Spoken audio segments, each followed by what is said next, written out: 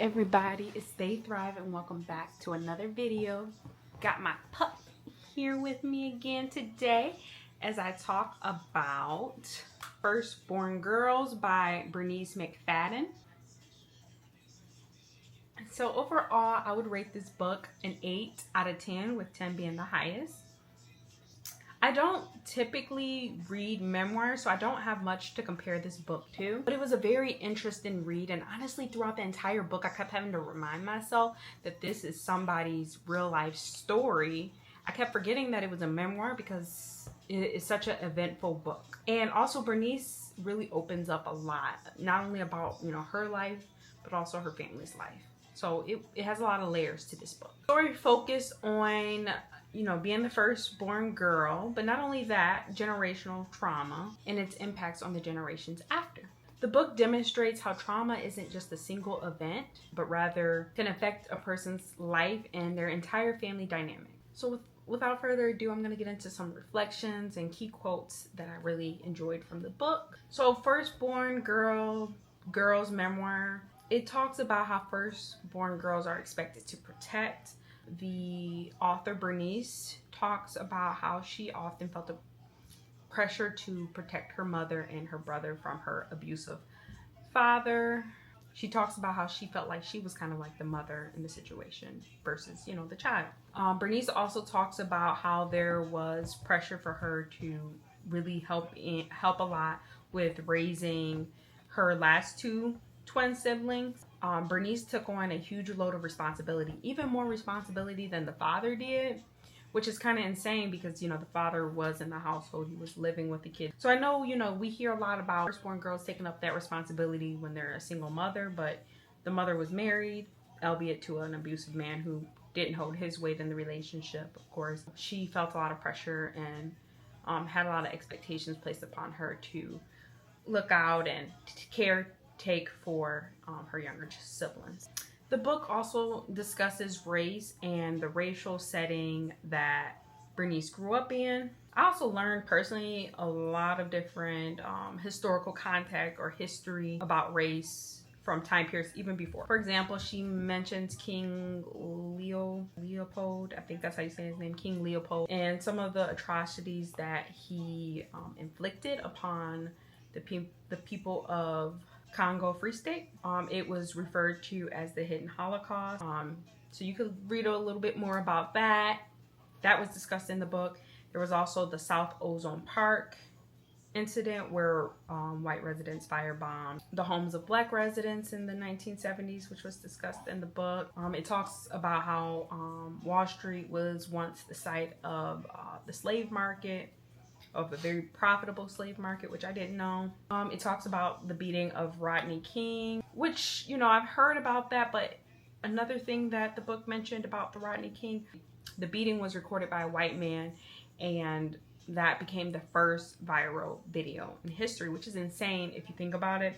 I think the author mentions this for two reasons.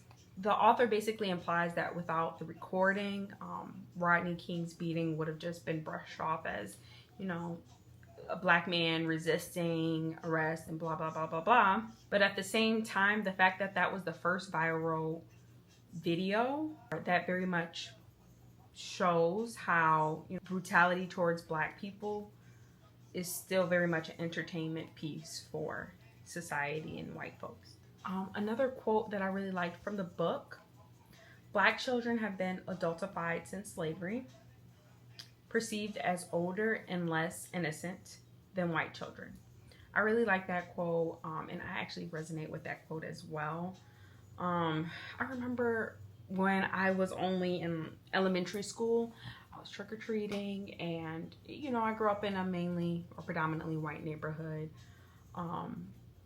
and I remember going to one person's door who was giving out candy, and they basically said I was too old, even though, like I said, I was in elementary school still at this time. And, they turned me away and didn't give me any candy because I was too old, when it was probably more racial than anything. But honestly, society does portray, black children as much older and less innocent than white people. But I just use that as an example.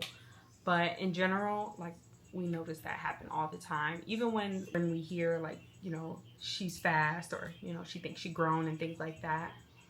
I think that kind of perpetuates these ideals as well, because it's like, are they fast, or are they exploring ideals of beauty and societal expectations of what females are supposed to look like, and basically mimicking what they see and are exposed to? Are they fast, or are they being groomed? Another example is how society views young boys as being suspicious, disruptive, malicious anytime they are, you know, engaging in typical boy behavior, roughhousing, climbing trees, things of that nature. Are they being suspicious, or are they being active and exploring their environment? What really resonated with me, Bernice's father engaged in marital rape and also birth control, sabotage, or reproductive abuse.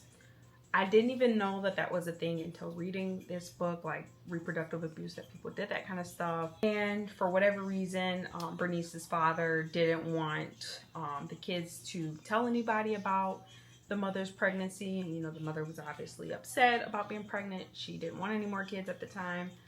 And the father said, what goes on in this house stays in this house. And Bernice says that the rule wasn't just for Vivian's pregnancy. It went for any and everything that went on in the house, good or bad. Abusers use this rule to keep their bad behavior hidden from the outsiders. So I really liked that quote, and it really resonated with me, because that is something that we all probably hear growing up, but we have to reconsider, like, you know, what is toxic and what is not. Like, I do understand there are fears of different systems due to the historical context and history of those systems. But at the same time, this book does talk about this as well, how we protect people who hurt our family, people who abuse, you know, Black women and other members of our family, and how we still end up protecting them a lot of times when, in my opinion, they aren't deserving of those protections. So in conclusion, if you want to have a better understanding of some of the plights that Black firstborn women experience, then this is a good book. It covers racism and race-based violence, sexism and violence against women, whether that be domestic violence or sexual violence. It covers how that impacts families long term. This book also talks a lot about the impact of losing your identity and the power of reconnecting with your roots and your history. Lastly, this book does touch on like death and grief. So in general, this book is very nuanced and very multifaceted. This is a good read for various reading levels. The writing style flows very well. And overall, I really like this book. I definitely would read it again. So let me know your favorite quote, or what you got from the book, or what stood out most to you. And let me know what I should read next. Thanks for watching. Bye.